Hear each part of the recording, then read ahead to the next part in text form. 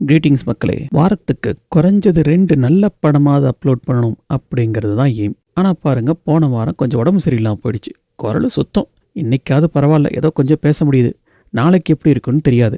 அதனால் இதுக்கு மேலே தாமதிக்க வேணான்னு சொல்லி டக்குன்னு இந்த வீடியோவை ரெக்கார்ட் பண்ண ஆரம்பிச்சிட்டேன். குரல் கொஞ்சம் அப்படி இப்படி தான் இருக்கும், மன்னிச்சுக்கோங்க. தொடர்ந்து ஆதரவு அளிச்சிட்டு வர எல்லாருக்கும் மிக்க நன்றி. இன்னைக்கு நாம் பார்க்க போகிறது நெயில் பாலிஷ் அப்படிங்கிற ஹிந்தி படம். படத்தோட ஒன்லைன் என்னன்னு கேட்டால், ஊருக்குள்ளே நல்ல பேரோடும் புகழோடும் ஒருத்தருக்கான். அவன் குழந்தைங்களை அப்யூஸ் பண்ணிட்டான் அப்படின்னு சொல்லி அவன் மேலே ஒரு குற்றச்சாட்டு எழுது. அதை ஒரு பக்கம் அவன் குற்றவாளி தான் சொல்லி நிரூபிக்க ஒரு வக்கீலும், இல்லை அவன் ரொம்ப நல்லவன் சொல்லி இன்னொரு வக்கீலும் வாதாடுறாங்க. இவங்களுக்குள்ள நடக்கிற காரசாரமான விவாதங்கள் கடைசியில் அவன் குற்றவாளியா இல்லையா அப்படிங்கிறது தான் இந்த படத்தோட மொத்த கதையுமே. அதுக்கப்புறம் வழக்கமாக சொல்கிறதான், like, comment, subscribe and share. வாங்க கதையை ஆரம்பிக்கலாம். படத்தோட ஆரம்ப காட்சியில் மேலே இருந்து ஒருத்தன் கீழே விழறான். உடம்புல இருந்து ரத்தம் குபு குபுன்னு வெளியே போகுது. கீழே விழுந்தவனை பார்க்க ஒருத்தன் ஓடி வரான். இவன் ஒரு வக்கீல். இவன் பார்க்க காஸ்ட்லியாக இருக்கனால இவன் காஸ்ட்லி வக்கீல் அப்படின்னு சொல்லலாம்.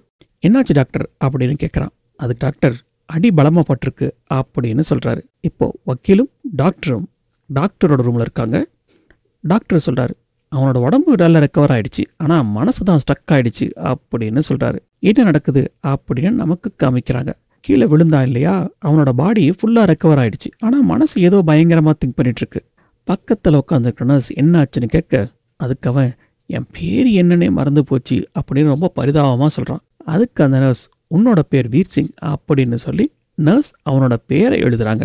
இல்லை ஏதோ அன்யூஷுவலாக இருக்குது அப்படின்னு சொல்லி கண்ணாடி முன்னாடி நின்றுட்டு இருந்த வீர் சிங் தன்னைத்தானே பார்த்துக்கிறான். திடீர்னு கண்ணாடியை உடைச்சு வைல்ட் ஆயிடுறான். அப்படியே டாக்டரோட பேக்ரவுண்ட் வாய்ஸில் கதை கண்டினியூ ஆகுது. எங்களை திடீர்னு ஒரு நாள் கூப்பிட்டான், என் பேர் ஞாபகம் வந்துருச்சு அப்படின்னு சொன்னான் அப்படின்னு சொல்கிறாரு. அந்த சீன் அங்கேயே அப்படியே கட் ஆகுது. 9 மாதத்துக்கு முன்னாடி அப்படின்னு கதை ஃப்ளாஷ்பேக்கு போகுது.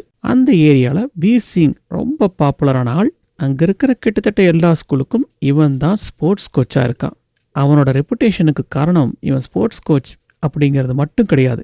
இதுக்கு முன்னாடி ஆள் ஆர்மியில் வேலை பார்த்துருக்கான். நாட்டுக்காக பல வருஷம் வேலை செஞ்சவன் அப்படிங்கிறனாலேயே இவன் மேலே அங்கே இருக்கிற எல்லா மக்களுக்கும் ஒரு நல்ல அபிப்பிராயம்.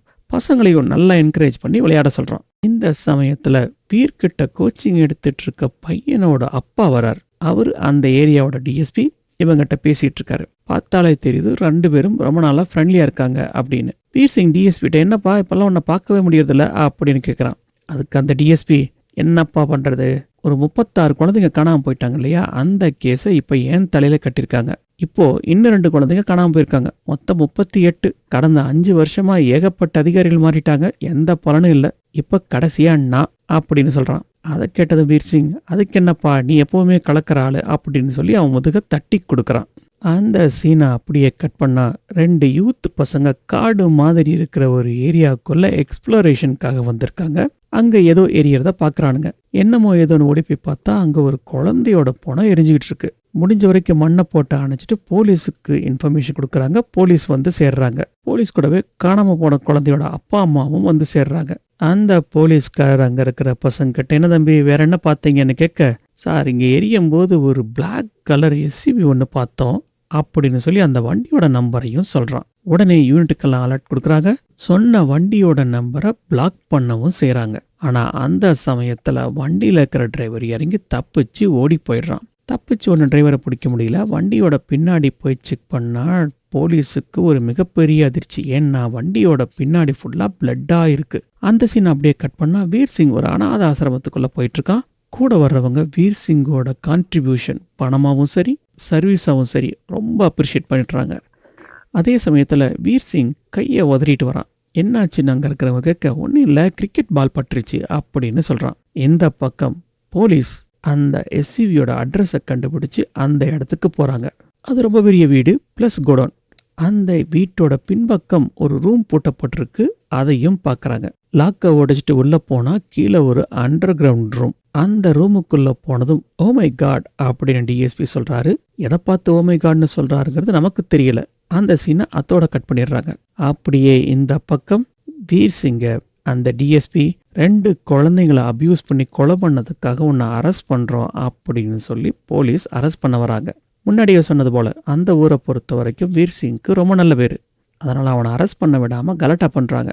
இருந்தாலும் வீர் சிங் இதை பாருங்க, சட்டத்து முன்னாடி எல்லோரும் சமம், நான் கண்டிப்பா திரும்பி வருவேன் அப்படின்னு சொல்லிட்டு அரெஸ்ட்டுக்கு சப்போர்ட் பண்ணி போலீஸோட போறான். போலீஸ் ஸ்டேஷன்ல டிஎஸ்பி வீர் சிங்கை விசாரிக்கிறார். அதுக்கு வீர் சிங், எப்பா என்னை பத்தி என்னை விட உனக்கு நல்லா தெரியுமே, காலையில் 4 மணிலேருந்து சாயங்காலம் வரைக்கும் பசங்க பசங்க பசங்க கோச்சிங் கோச்சிங் கோச்சிங், அதுக்கப்புறம் உங்களோட டைம் ஸ்பெண்ட் பண்ணுறேன், வேற ஒன்றும் இல்லை அப்படின்னு சொல்கிறான். அந்த சீனை அப்படியே கட் பண்ணால் அரசு தரப்பு வக்கீலுக்கு ஃபோன் ஒன்று வருது. அவர் தான் பையனோட பிறந்த நாள் கொண்டாட்டத்தில் இருக்கார். அந்த ஃபோன்ல இருந்து ஒரு விஷயம் மட்டும் நமக்கு தெளிவாக தெரியுது. வீர் சிங்குக்கு அந்த ஸ்டேட்டு ஃபுல்லாகவே ரொம்ப நல்ல பேர். அப்படிங்கிறனால இந்த கேஸில் எந்த சின்ன தப்பும் நடந்துடக்கூடாது. அப்படி நடந்தால் ஆளுங்கட்சிக்கு மிகப்பெரிய கெட்ட பேர் வந்துடும். கேஸை எப்படியாவது சக்ஸஸ் பண்ணியே தீரணும் அப்படின்னு சொல்லி அந்த பக்கம் இருக்கிறவங்க சொல்கிறாங்க.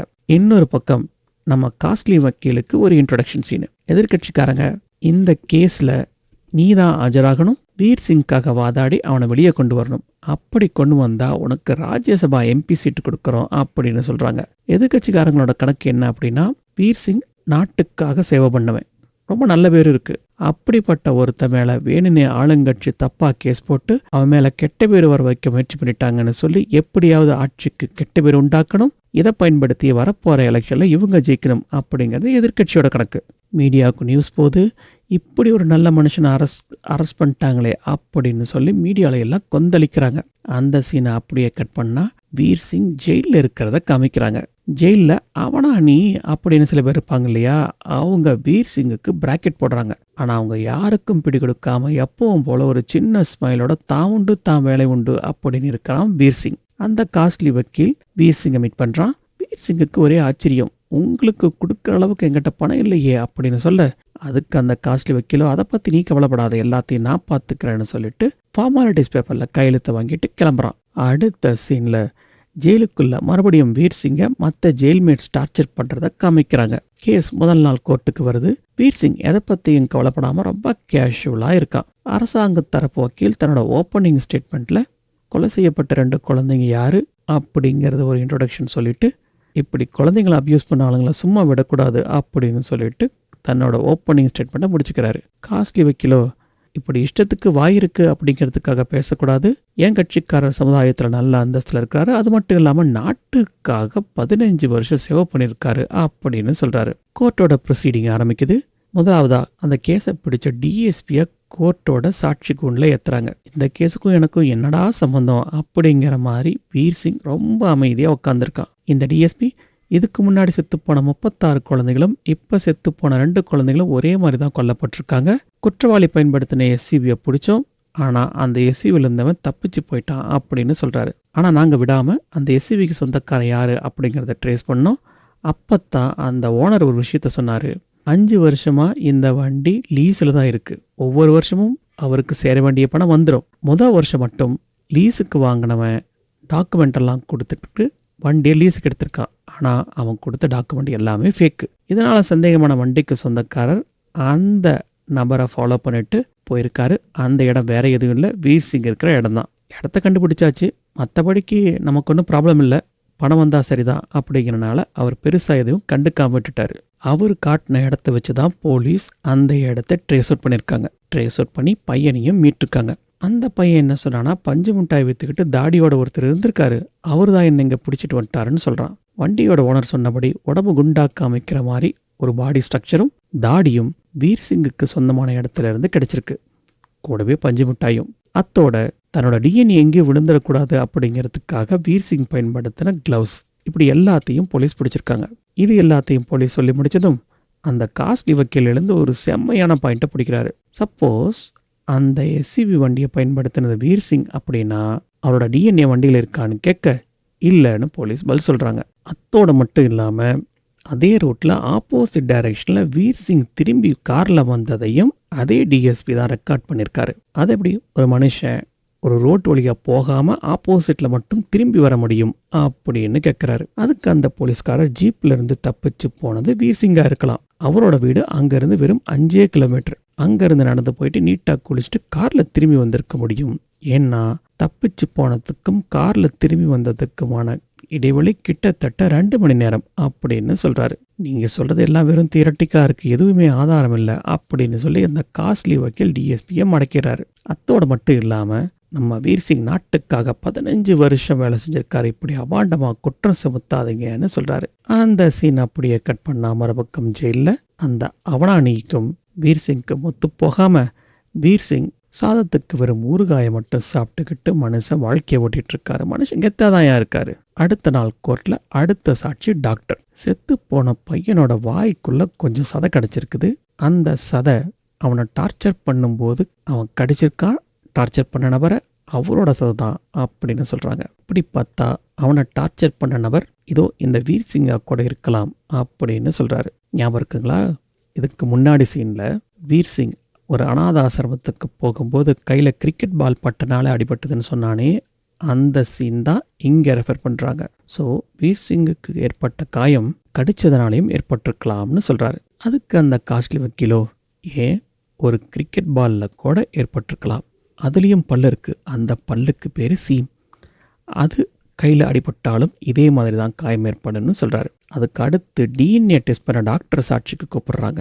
வீர்சிங்கோட டிஎன்ஏ குழந்தைங்களோட பாடியில் கிடைச்சதுன்னு சொல்லி டாக்டர் சாட்சி சொல்கிறாங்க. இப்போ நம்ம காஸ்ட்லி வக்கீல் பேசிக்கிட்டே டாக்டரோட சாட்சி கூண்டில் வச்சிருக்க தண்ணி எடுத்து குடிச்சிட்டு, இப்போ என்னோட டிஎன்ஏவோட சாம்பிள், அதாவது அது கைமுடியாக கூட இருக்கலாம், இப்போ இந்த கண்ணாடி கிளாஸுக்குள்ள பரவி இருக்க சான்ஸ் இருக்கு இல்லையா அப்படின்னு கேட்குறாரு. அதுக்கு அந்த டாக்டர் ஆமாம் அப்படின்னு பதில் சொல்கிறாங்க. ஸோ இந்த டிஎன்ஏ அப்படிங்கிற விஷயம் ரொம்ப சுலபமாக எங்கே வேணால் ஸ்பீடாக பரவக்கூடிய விஷயம் இல்லையா அப்படின்னு கேட்க, ஆமான டாக்டர் பதில் சொல்கிறாங்க. அப்படித்தான் தனக்கு சொந்தமான வீட்டில் வீர்சிங்கோட டிஎன்ஏ பரவிருக்கு. யாரோ ஒருத்தன் குழந்தைங்களை அப்யூஸ் பண்ணுறதுக்காக வீர்சிங்கோட இடத்த பயன்படுத்தியிருக்கான். மற்றபடி வீர்சிங்குக்கும் இந்த கொலைகளுக்கும் எந்த சம்பந்தமும் இல்லை அப்படின்னு சொல்லி மடக்கிடுறாரு. அடுத்த சீன்ல இந்த கேஸு தன்னோட கையை விட்டு போறதை பார்த்ததும் அரசாங்க தரப்பு வக்கீல் சாமா கடுப்பாகிறாரு. கடைசியா இப்போ அவங்க கையில் இருக்கிற ஒரே ஒரு கடைசி வாய்ப்பு அந்த பையனோட உடம்புல இருந்த பிளட் சாம்பிள்ல இருந்த டிஎன்ஏ தான். அந்த ரிசல்ட் எப்போ வரும்னு கேட்க, அது வரதுக்கு எப்படி 1 or 2 weeks ஆகிடும். ஏன்னா அதோட சென்டர் ஹைதராபாத்தில் இருக்க டாக்டர் சொல்ல, இந்த கேஸில் நம்ம எப்படியாவது ஜெயிச்சே ஆகணும்னு சொல்கிறாரு அரசாங்க தரப்பு வக்கீல். அடுத்த நாள் கோர்ட்டில் வீர்சிங் கூட வேலை செஞ்ச ஒருத்தரை சாட்சிக்கு கூப்பிடுறாங்க. அவர் வீர்சிங்கை பற்றி சொன்னதுக்கு அப்புறம்தான் வீர்சிங்கோட மறுபக்கம் நமக்கு தெரிய வருது. வீர்சிங் ஆர்மியில் ஒரு அசாசின், அதாவது ஆளை காட்டினா போதும் போட்டு தள்ளக்கூடிய அளவுக்கு உடல் பலத்தோடவும் புத்தி பலத்தோடவும் இருந்திருக்காரு. தான் ஜெயிக்கணும் அப்படின்னா எந்த எக்ஸ்ட்ரீமுக்கு வேணாலும் போகக்கூடிய கேரக்டர் தான் இந்த வீர்சிங். அப்போ வீர்சிங்க்கு ஒரு அசைன்மெண்ட் கொடுத்துருக்காங்க. அந்த அசைன்மெண்ட்ல வீர்சிங்கோட பேரு ரஞ்சித். அந்த அசைன்மெண்ட் என்னன்னா, ஒரு பிஸ்னஸ் மேன் டெரரிஸ்டுக்கு ஃபண்ட் பண்றாங்களோ அப்படின்னு அரசாங்கத்துக்கு ஒரு சந்தேகம். அவனை எப்படியாவது டேப் பண்ணி ஆகணும். அப்போ அந்த பிஸ்னஸ் மேனை அணுகணும் அப்படின்னா அவனோட வீக்னஸ் தெரியணும் இல்லையா? அந்த பிஸ்னஸ் மேனோட வீக்னஸ் சின்ன பசங்க அப்படிங்கிறது தெரியுது. வீர்சிங் அந்த வீக்னஸை அழகாக எக்ஸ்ப்ளாய்ட் பண்ணி 2 சின்ன பசங்களோட ஃபோட்டோவை காமிச்சு அந்த பிஸ்னஸ் மேனை டேப் பண்ணிட்டான். ஆனால் கொஞ்ச நாள் கழிச்சு அந்த குழந்தைங்களோட பாடி தான் கிடைச்சிது. இறக்கமே இல்லாத மூர்க்கன் அப்படின்னு சொல்லி சத்தம் போடுறான் வீர்சிங்கோட முன்னால் வேலை செஞ்ச அந்த நபர். இதையெல்லாம் கேட்டுட்டு வீர்சிங் அங்கே இருக்கிற பேப்பர் வெயிட்டை உருட்டிக்கிட்டு அமைதியாக இருக்கான். இப்படி சாட்சி சொல்லிட்டு இருந்தவன் வீர்சிங் ஒரு மோசமான விஷப்பாம்புன்னு உணர்ச்சிவசப்பட்டு கத்த அவனை சாட்சி கூண்டிலேருந்து அப்புறப்படுத்தி கூட்டிட்டு போகிறாங்க. அந்த சீனை அப்படியே கட் பண்ணால் ஜெயிலில் வீர்சிங் அந்த காஸ்ட்லி வக்கீலை தனியாக மீட் பண்ணி பேசிகிட்டு இருக்கான். அப்போ அந்த காஸ்ட்லி வக்கீல் சொல்கிறான், இப்போ தான் நமக்கு ரியல் டெஸ்டே ஸ்டார்ட் ஆக போகுது. கடைசியாக செத்துப்போன பையனோட உடம்புல இருந்த பிளட்டோட டிஎன்ஏ என்ன அப்படிங்கிறது கிட்டத்தட்ட நமக்கு தெரிஞ்சிருச்சு. அது மோஸ்ட் லைக்லி உன்னோடதாக தான் இருக்கும். இனி தப்பிக்கவே முடியாது. ஆனால் அது வரத்துக்கு எப்படியும் 2-3 weeks ஆகிடும். அதுக்கு முன்னாடி நான் எப்படியாவது அமெரிக்காவுக்கு இந்த டிஎன்ஏ சாம்பிளை அனுப்பிச்சு அது உன்னோடது தானா இல்லையா அப்படிங்கிறதுக்கு ஒரு சின்ன சந்தேகத்தை மட்டும் உண்டாக்கிட்டுனா கூட போதும். அதுக்கப்புறம் நீ இந்த கேஸில் தப்பிச்சிருவ. என்ன கொஞ்சம் செலவாகும், பரவாயில்ல நான் பார்த்துக்கிறேன் அப்படின்னு சொல்கிறான். அன்னைக்கு நைட்டு வீர்சிங் ஜெயிலில் சாப்பிட போகிறான். அவனுக்கு சாப்பாடு கொடுக்க மாட்டேங்கிறாங்க. கொடுக்க வேணான்னு சொன்னது அதுவும் அங்கே இருக்கானே அவன்தான் அப்படின்னு சொல்லி கண்ணை காமிக்கிறாங்க. அங்கே போனால் வேற யாரும் இல்லை, அந்த இவனா அவன்தான். கடுப்பான வீர்சிங் ரொம்ப கூலாக நடந்து போய் அங்கே இருக்கிற ஒரு ஸ்பூனை எடுத்து அந்த அவனானியோட ஒரு கண்ணையே தோண்டி எடுத்துடுறான். இதை பார்த்ததும் அங்கே இருக்கிற அவனோட ஆட்கள் வீர்சிங்கை விட்டு வெளுன்னு வெளுத்துடுறாங்க. அப்படி வீர்சிங்கை போட்டு மிதின்னு மிதிச்சதோட விளைவுதான் ரத்த கலரியா வீர்சிங் கீழே விழுந்தது. அதை தான் இந்த படத்தோட ஆரம்ப காட்சியில நம்ம பார்த்தது. இப்படி ஹாஸ்பிட்டல்ல அவன் அடிபட்டு கிடக்குறான். அதனால கேஸ கொஞ்ச நாளைக்கு நடத்த வேணான்னு சொல்லி அந்த காஸ்ட்லி வக்கீல் அப்படி இப்படி பேசி விசாரணைக்கு கொஞ்சம் டைம் அவகாசம் வாங்கிக்கிறான். வேற வழியே இல்லாம நம்ம அரசாங்க வக்கீலும் ஒத்துக்கிறார். 3 மாசம் கழிச்சு கதை தொடருது. இப்படி அடிபட்டதுக்கு அப்புறம் வீர் சிங்கோட நடவடிக்கை கொஞ்சம் கொஞ்சமா மாறிக்கிட்டே வர்றதை பத்தி டாக்டர் எக்ஸ்பிளைன் பண்றாரு. நார்மலா இருக்கான், திடீர்னு வயலண்ட் ஆயிடுறான், திடீர்னு வானத்தை பார்த்து பேசுறான், திடீர்னு சம்பந்தம் இல்லாம ஏதாவது பண்றான் அப்படின்னு சொல்றாரு. இப்படி பேசிட்டு இருந்தவன் திடீர்னு ஒரு நாள் நெயில் கட்டரை கேட்டிருக்கான். அதை விட ஷாக்கிங்கான விஷயம், இது வரைக்கும் ஆஃபீஸர் மாதிரி கெத்தா நடந்துகிட்டு இருந்தவன் ஒரு பொண்ணு மாதிரி நடக்க ஆரம்பிச்சிட்டான். அவனோட நடை உடை பாவனை அத்தனையுமே பொண்ணு போல மாறிடுச்சு. அதுக்கு காரணம் அன்னைக்கு ஜெயிலில் அவனை வச்சு வெளுன்னு வெளுத்தது தான். ஃபிசிக்கலாக ரெக்கவர் ஆயிட்டான், அது பிரச்சனையே இல்லை. ஆனால் மென்டலாக அவன் மைண்ட் எங்கேயோ ஜாம் ஆயிடுச்சு. இதுக்கு காரணம் அவனுக்கு மண்டியில் ஹெவியாக அடிபட்டதாக கூட இருக்கலாம் அப்படின்னு டாக்டர் சொல்கிறாரு. இப்படி சொல்லிக்கிட்டு இருந்த டாக்டர், அவன் கொஞ்சம் கொஞ்சமாக பெண்ணாக மாறிக்கிட்டு இருக்கான் அப்படின்னு சொல்லி அன்னைக்கு நைட்டு நர்ஸ் வீர் சிங் தனக்கு இல்லாத முடிய கோர்த்திக்கிட்டு இருந்திருக்கான் அப்படின்னு சொல்கிறாங்க. வக்கீல் வீர் சிங்கை போய் பார்க்குறான். டே போதுண்டா நடிச்சது, இந்த நடிப்பெல்லாம் வேலைக்கு ஆகாது தம்பி, நாம தான் டிஎன்ஏ ரிப்போர்ட்டை மாத்திரன்னு சொல்லிட்டு நான் அப்புறமும் ஏன் நடிச்சிட்டு இருக்கேன்னு கேட்குறான். ஆனால் அதுக்கு வீர் சிங்கோ இதை பற்றி எதுவுமே கண்டுக்காத மாதிரி என் பேரு சாரு ரெய்னா அப்படின்னு சொல்கிறான். தான் ஒரு ஆணை இல்லை பொன் அப்படிங்கிறதையும் சொல்கிறான். இதை கேட்டதும் அங்கே இருக்கிற எல்லோரும் ஷாக் ஆகிறாங்க. இப்படி வீர் சிங் சாருவா மாறினதை பற்றி ஒரு பெரிய டிஸ்கஷனே நம்ம காஸ்ட்லி வக்கீல், அரசாங்க வக்கீல், அப்புறம் அந்த ஜட்ஜ் இவங்களுக்கு நடுவில் ஓடுது. இப்போ காஸ்ட்லி வக்கீல் ஒரு பாயிண்ட்டை தெளிவாக சொல்கிறான். இதை பாரு, நீ குற்றம் சாட்டி இருக்கிறது வீர் சிங் மேலே, ஆனால் நம்ம இப்போ விசாரிச்சுட்டு இருக்கிறது சாரு மேலே. அதனால் இவன் வீர் சிங்கா இல்லை சாருவாங்கிற டிஸ்கஷன் ஒரு முடிவுக்கு வர வரைக்கும் இந்த கேஸை நம்ம தள்ளி தான் வைக்கணும் அப்படின்னு சொல்கிறான். மறுபக்கம் அவனா அணியாக இருந்தவன் வீர் சிங்கை ஒரு வழி பண்ணிடுறான். அடுத்த நாள் கோர்ட்டுக்கு வரும்போது வீர் சிங் பெரிய குற்ற உணர்வோடு வரான். ஏன்னா நேற்று நடந்த சம்பவம் அப்படி. அதை அங்கே இருக்கிற காமன் பப்ளிக் எல்லோரும் பார்க்குறாங்க.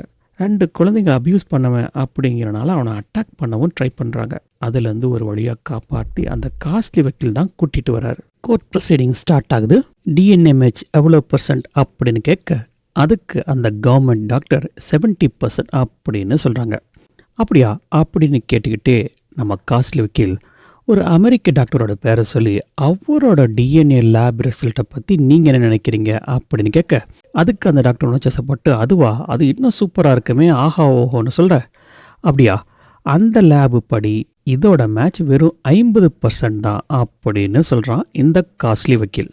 இதுக்கு நடுவில் திடீர்னு சாருவா இருக்கும் வீசி நான் வீட்டுக்கு போகிறேன்னு அடம் பிடிக்கிறான். இந்த உடம்புல இருக்கிற ரத்தம் எல்லாம் அழுக்கு, இது போகணும்னு சொல்லி மண்டையிலேயே நச்சு நச்சு நச்சுன்னு அடிச்சுக்க ஆரம்பிக்கிறான். ரத்தம் கொட்ட ஆரம்பிச்சிருது.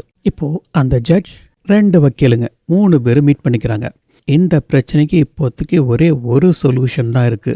அது என்னன்னா, இந்திய அளவில் சைக்காலஜியில் பெரிய ஆளாக இருக்காரு ஒரு டாக்டர். அவர் இவன் நடிக்கிறானா இல்லை உண்மையிலே இப்படி தான் இருக்கானான்னு அவர் தான் சர்டிஃபை பண்ணணும்னு சொல்கிறாரு. அந்த பெரிய டாக்டரும் வந்து சேர்றாரு. அவரும் இவனை பார்த்துட்டு இந்த மாதிரி சில கேஸுகள் ஆகத்தான் செய்யும், அதில் அவங்க தான் யார் அப்படிங்கிறதைய மறந்துடுவாங்க அப்படின்னு சொல்லி அதுக்கு ஒரு மெடிக்கல் டேர்மும் சொல்கிறாரு. இப்போது வீர் சிங்கை அந்த டாக்டர்கிட்ட கூட்டிகிட்டு வராங்க. அந்த டாக்டர் வீர் சிங்கிட்ட உன் பேர் என்ன, ஊர் என்னன்னு ஒவ்வொன்றா விசாரிக்கிறாரு. அப்போது வீர் சிங் தன்னோட பேர் சாருன்னு சொல்லி அவனோட ஊர் அம்பாலா அப்படின்னு சொல்கிறான். அது மட்டும் இல்லாமல் தனக்கு கல்யாணம் ஆயிடுச்சு, தனக்கு ஒரு குழந்தை இருக்குது அப்படின்னு சொல்லி தன்னோட ஹஸ்பண்டோட பேரை சொல்லி கூடவே மொபைல் நம்பரையும் சொல்கிறான். அந்த மொபைல் நம்பருக்கு ஜட்ஜ் கால் பண்ணுறாரு. அந்த பக்கம் பேசின ஆள் ஆமாம் தான் சாருவோட ஹஸ்பண்ட் தான் ஒத்துக்கிறான். அதுக்கப்புறம் அந்த ஜட்ஜ் இவனை நேரில் வர சொல்கிறாரு. இந்த மீன் டைம் கண்ணுக்கு மை தீட்டுறது, லிப்ஸ்டிக் போடுறதுன்னு கொஞ்சம் கொஞ்சமாக வீர் சிங் சாருவாவே மாறிக்கிட்டு இருக்கான். இவன் இப்படி கம்ப்ளீட்டாக மாறினதை நம்ம காஸ்ட்லி வக்கீலும் சரிதான் அப்படின்னு நம்ப ஆரம்பிக்கிறாரு. அந்த சீனை அப்படியே கட் பண்ணால் சாருவோட ஹஸ்பண்ட் முன்னாடி எல்லோரும் விசாரிக்க ஆரம்பிக்கிறாங்க. சாருவோட ஹஸ்பண்ட் தனக்கும் சாருக்கும் வயசு வித்தியாசம் ரொம்ப அதிகமாக இருந்ததுனால மேரேஜ் லைஃப் அப்படி ஒன்றும் ஸ்மூத்தாக போகலை. தங்களுக்கு ஒரு குழந்தை பிறந்துச்சு. ஆனால் அதுக்கப்புறம் திடீர்னு ஒரு நாள் சாரு காணாமல் போயிட்டா. நானும் இன்னொரு கல்யாணம் பண்ணிட்டு என்னோட 2வது ஒய்ஃபோட ஹாப்பியாக இருக்கேன் அப்படின்னு சொல்கிறான். இப்போ சாருவா இருக்கிற வீர் சிங் உள்ளவர தன்னோட ஹஸ்பண்டை பார்த்ததை எப்படி இருக்கீங்க, பையன் எப்படி இருக்கா, ஏது பண்ணுறான் அப்படி இப்படின்னு ஒவ்வொன்றா கேட்க அவனோட பாடி லாங்குவேஜை பார்த்ததும் அந்த ஹஸ்பண்ட் அந்த இடத்த விட்டு தெரிச்சு ஓடுறான். இதிலிருந்து நமக்கு ஒரு விஷயம் தெளிவா தெரியுது. சாருவோட பாடி லாங்குவேஜ் அப்படியே அச்சு அசலா வீர் சிங் கிட்ட இருக்கு அப்படிங்கிறது தான் அது. ஒருவேளை சாரு தான் வீர் சிங்கா வந்துட்டாலோ அப்படின்னு நமக்கும் ஒரு குழப்பம் வருது. சரி இருங்க, கதை எப்படி போகுதுன்னு பார்க்கலாம். இதையெல்லாம் பார்த்ததுக்கு அப்புறம் அந்த இந்தியா லெவலில் இருக்க ஒரு மிகப்பெரிய சைக்காலஜிஸ்ட் டாக்டர், இப்படிலாம் நடக்க வாய்ப்பு இருக்கு, இது வீர் சிங் இல்ல சாரு தான் அப்படின்னு அடிச்சு சொல்றாரு. சரி, வேணா கடைசியா நாம இப்போ ஒரு டெஸ்ட் பண்ணலாம். அது என்னன்னா ஹிப்னாட்டிக்ஸ் டெஸ்ட். வில் கோ டீப் அப்படின்னு சொல்றாரு. ஹிப்னடைஸ் செய்யப்படுறான் வீர் சிங். அப்போ சொல்கிறான், நான் வீர் சிங் இல்லை, என்னோட பேர் சாரு, நான் பிறந்தது காஷ்மீர் அப்படின்னு கதைய ஆரம்பிக்கிறான். எனக்கும் என் ஹஸ்பண்டுக்கும் மேரேஜ் லைஃப் அப்படி ஒன்றும் ஸ்மூத்தாக போகலை. ஏன்னா ஏஜ் டிஃப்ரென்ஸ், அது மட்டும் இல்லாமல் ஃப்ரீக்குவென்சியும் எந்த விதத்துலையுமே மேட்ச் ஆகலை அப்படின்னு சொல்லும்பொழுது அதுக்கு அந்த டாக்டர், அப்படி இல்லைனா என்ன பரவாயில்ல, நீ யாரையாவது தேர்ந்தெடுக்கலாம்ல அப்படின்னு சொல்ல, அதுக்கு சாரு, ஆமாம் அப்படி வந்தவன் தான் ரஞ்சித் அப்படின்னு சொல்கிறா. இந்த ரஞ்சித் யாருன்னு உங்களுக்கு ஞாபகம் இருக்கா? ஒரு பிஸ்னஸ்மேன் டெரரிஸ்ட்டுக்கு பணத்தை சப்ளை பண்ணுறான்னு கவர்மெண்ட் சந்தேகப்பட்டு அதுக்கு ஒரு ஆப்ரேஷன் பண்ணாங்களே, அப்போது அந்த ஆப்ரேஷனில் வீர் சிங்கோட பேர் ரஞ்சித். அந்த ரஞ்சித் தான் இப்போ இங்கே இந்த லேடியோட இன்ட்ரடியூஸ் ஆகிறான். அவன் அடிக்கடி சாருவோட வீட்டுக்கு போகிறான். 2 பேரும் க்ளோஸாக பழக ஆரம்பிச்சிடறாங்க. ஒரு நாள் 2 பேரும் ஜாலியாக உட்காந்து பேசிக்கிட்டு இருக்கும்போது ஒரு தள்ளுவண்டி கடையில் ஒரு ஹஸ்பண்ட் அண்ட் ஒய்ஃப் பானிபூரி வித்துட்டு வராங்க. அவங்களுக்கு 2 பசங்க. அதை பார்த்ததும் ரஞ்சித், அதாவது வீர் சிங், இந்த குழந்தைங்களை பார்த்தா பாவமாக இருக்குது, அவங்களுக்கு ஏதாவது செய்யணும்னு ஆசைப்படுறேன் அப்படின்னு சொல்கிறான். அது வெறும் துணிமணியாக இருக்கக்கூடாது, அவங்களுக்கு ஒரு நல்ல எஜுகேஷன் கொடுக்கணும்னு ஆசைப்படுறேன். இந்த மாதிரி பசங்களை படிக்க வைக்கிறதுக்குனே ஒரு பள்ளிக்கூடம் இருக்குது. ஆனால் நான் போய் கேட்டால் அந்த அப்பா அம்மா என்னை நம்பி பசங்களை விட மாட்டாங்க அப்படின்னு சொல்கிறான். இதை கேட்டதும் சாரு, அதுக்கு என்ன நான் ஹெல்ப் பண்ணுறேன் அப்படின்னு சொல்கிறா. சொன்னபடியே எல்லாத்தையும் ஸ்மூத்தாக செஞ்சு கொடுக்குறா. இந்த பசங்களை ஸ்கூலில் சேர்க்கறதுக்காக ரஞ்சித் கூட்டிகிட்டு போகிறான். அந்த அப்பா அம்மாவும் வேற ஒரு இடத்துக்கு போய்ட்றாங்க. ஒரு முறை தற்செயலா அந்த ஊரோட அடுத்த பக்கத்துக்கு வந்த சாரு, ரஞ்சித் பள்ளிக்கூடத்தில் சேர்த்து விடுறதா கூட்டிட்டு போன 2 குழந்தைங்கள ஒரு குழந்தைய அந்த பிஸ்னஸ் மேனோட வீட்டில் பத்துறா. கதையில் என்ன நடக்குதுன்னு புரியுதுங்களா? ரஞ்சித் என்ன பண்ணியிருக்கானா, 2 குழந்தைகளையும் இந்த பிஸ்னஸ் மேனோட வீட்டில் கொண்டு வந்து விட்டுருக்கான். அந்த பிஸ்னஸ் மேன் இந்த குழந்தைங்களை அப்யூஸ் பண்ணியிருக்கான். இதை பற்றி சாரு நேராக ரஞ்சித் கிட்ட போய் கேட்க, அதுக்கு ரஞ்சித்தோ, இல்லை நீ சரியாக கவனிச்சிருக்க மாட்டா அப்படி இப்படின்னு சொல்லி சமாளிச்சிட்றான். இருந்தாலும் மனசு சமாதானமாகாத சாரு அந்த குழந்தைங்களை எந்த பள்ளிக்கூடத்தில் சேர்த்ததா சொல்லப்பட்டாங்களோ அந்த பள்ளிக்கூடத்துக்கு ஒரு லெட்டர் அனுப்பியிருக்கா. ஆனால் அந்த லெட்டர் அட்ரஸ் சரியில்லைன்னு சொல்லி திரும்பி வந்துடுது. இதுக்கப்புறம் ரஞ்சித் மேலே சாருவுக்கு சந்தேகம் அதிகமாயிருது. இதுக்கு மேலே சமாளிக்க முடியாதுன்னு தெரிஞ்சதும் சாருவோட கழுத்தை நெரிச்சு கொண்டுடுறான் ரஞ்சித். இதை சொல்லிக்கிட்டே ஹிப்னாட்டிசத்திலிருந்து வெளியே வரான் வீர் சிங் என்கிற ரஞ்சித் என்கிற சாரு. ஜட்ஜ்மெண்டே வருது.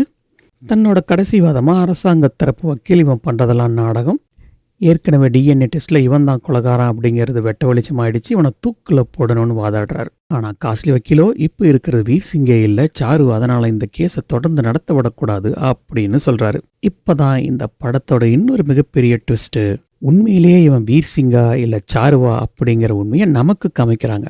இவங்க பேசுனதெல்லாம் கேட்டுட்டு இருந்தான் இல்லையா இந்த வீர் சிங், அவன் நெயில் பாலிஷ் போட்ட தன்னோட நகத்தால் அந்த பேப்பர் வெயிட்டை எடுத்து மறுபடியும் சுத்த ஆரம்பிக்கிறான். என்ன விஷயம்னு புரியுதுங்களா?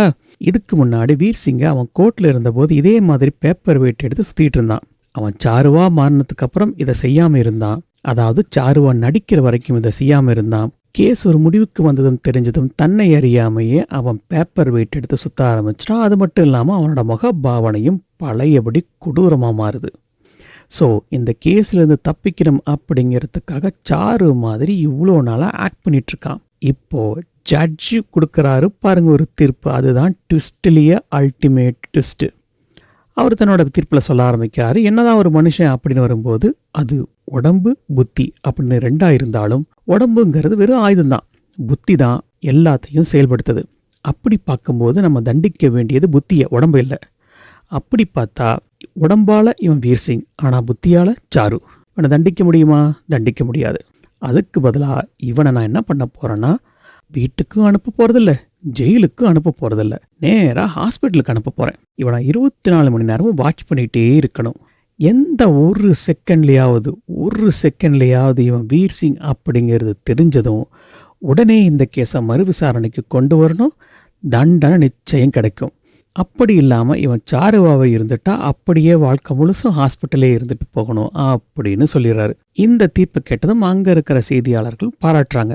ஏன்னா இவன் வீர் சிங்கா வந்தானா அவன் பண்ண தப்புக்கு தண்டனை கண்டிப்பாக கிடைக்கும். ஒருவேளை மாட்டிக்கவே கூடாது அப்படிங்கிறதுக்காக சாருவாவே மாறுறான் அப்படின்னா, வாழ்க்கை முழுசும் அவன் நடிச்சுக்கிட்டே இருக்கணும். அவன் அவனாவே இருக்க முடியாது. இத விட நரகம் வேற எதுவும் இருக்க முடியாது அப்படின்னு சொல்லி முடிக்கிறாங்க. எனக்கு கூட இந்த தீர்ப்பு இன்ட்ரெஸ்டிங்கா தான் இருந்தது. உங்க கருத்து என்ன அப்படிங்கிறத கீழ இருக்கிற கமெண்ட் பாக்ஸ்ல தெரிவிங்க. மீண்டும் ஒரு நல்ல படத்தில் சந்திப்போம். பாய்.